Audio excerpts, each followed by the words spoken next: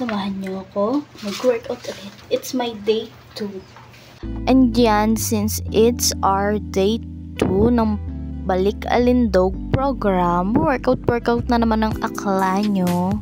At ayan nga, tignan yung doggy ko, pabalik-balik, hindi alam kung saan pupwesto, hindi niya alam kung saan siya pupwesto ng higa. Ako na lang talaga ang nahihilo sa kanya. At ayan, nakapambahay lang ang akla nyo habang nag-workout. Meron naman din ako mga workout attires dyan, pero wala, yan yung realidad pag nasa bahay tayo, diba? Maraming salamat nga pala sa mga nanonood ng aking mga videos, lalo na sa aking mga makeup contents. Maraming salamat sa inyo. Sana wag kayong magsawang manood ng aking mga videos. Like and share nyo na rin. At sa mga baguhan, syempre follow nyo na rin ako. Itong pang day 2 na workout ko, medyo may pagka-intention ng kaunti. Kasi after nyan, napagod ako kasi parang halos squat siya, ganon. Kapag nasasanay na ang aking katawan sa pag-workout, gusto ko naman bumalik sa intense workout para naman totally matone yung aking katawan. Yung mga workouts ni Burpee Girl, para kang nag-zumba lang, nag-aerobics, ganon. Hindi siya super intense, kaya perfect siya sa mga beginners like me. Again, perfect siya sa mga beginners na gusto mag-start mag-workout, yung hindi mabibigla yung katawan nyo kasi meron siyang warm up and meron siyang cool down. Sa mga gustong mag-workout dyan, it's never too late. Gawin mo na yan now na. At recommend ko talaga si Burpee Girl. Panoorin niyo yung mga vlog, mga videos niya, workout videos niya, and makakatulong talaga yun sa inyo, lalo na sa katawan natin. And syempre, pag nag-workout ka, hindi naman work yan, hindi ka papayat kung hindi mo babawasan yung mga kinakain mo.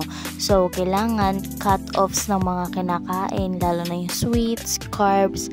Pwede mo silang mag-add pa rin sa meal mo, pero kailangan konti-konti na lang. Kailangan laging balance.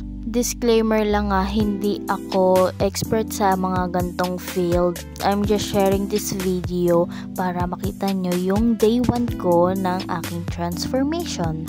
Sana lang sipagin ako mag-video and mag-vlog ng aking workout routine araw-araw kasi minsan, syempre marami din tayong ginagawa, hindi lang pag-vlog or pag-video ang ating inaatupag. Meron ding mga personal na bagay ang kailangan mga gawin. Ganun.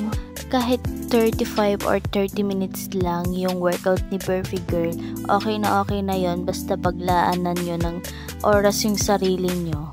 Working out is part of our self-care. So, minsan lang tayong mabuhay at isang beses lang tayo nabubuhay dito sa mundong ibabaw. So, kailangan natin alagaan yung binigay sa ating buhay.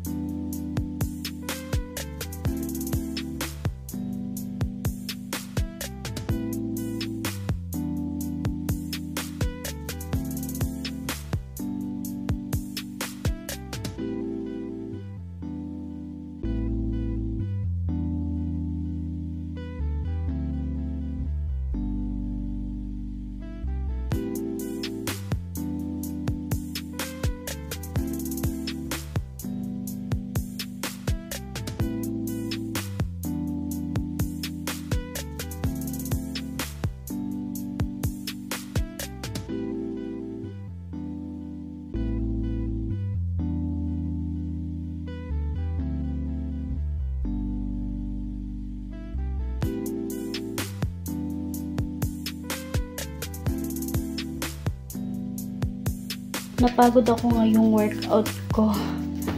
Hinihingal ako. Ayan, parang feeling ko doble yung pawis ko ngayon kesa nung day 1. So, ayan. Maliligo na rin ako. After neto, maliligo na rin ako. And, magpapahinga na. Anong oras na? Alas 11 na ata. Alas 11 na ng gabi. So, ayan. Good night, everyone. Bye. See you on my day 3.